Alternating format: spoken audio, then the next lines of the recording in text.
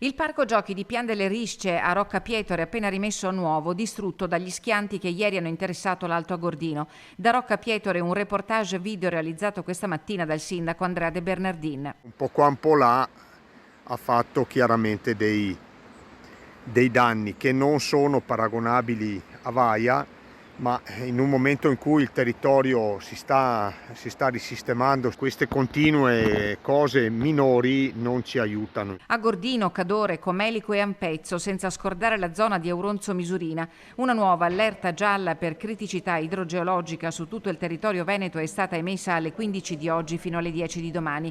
Danni alle aziende agricole sono stati segnalati dalla presidente di Coldiretti Belluno. In alcune zone della nostra provincia ancora questa mattina mancava l'energia elettrica, proprio perché magari sono caduti anche degli alberi sulle linee dell'energia elettrica, e speriamo che il gestore riesca quanto prima a ripristinare la corrente, in modo che le nostre aziende possano tornare a fare quelle che sono le proprie attività quotidiane. Una serie di controlli sono stati attivati dal settore difesa del suolo dell'amministrazione provinciale. Non sono stati registrati nuovi dissesti o aggravamento di situazioni note come quella della frana di Cancia a Borca di Cadore. L'unico piccolo dissesto è stato segnalato nella valle di San Lucano a Taibona Gordino.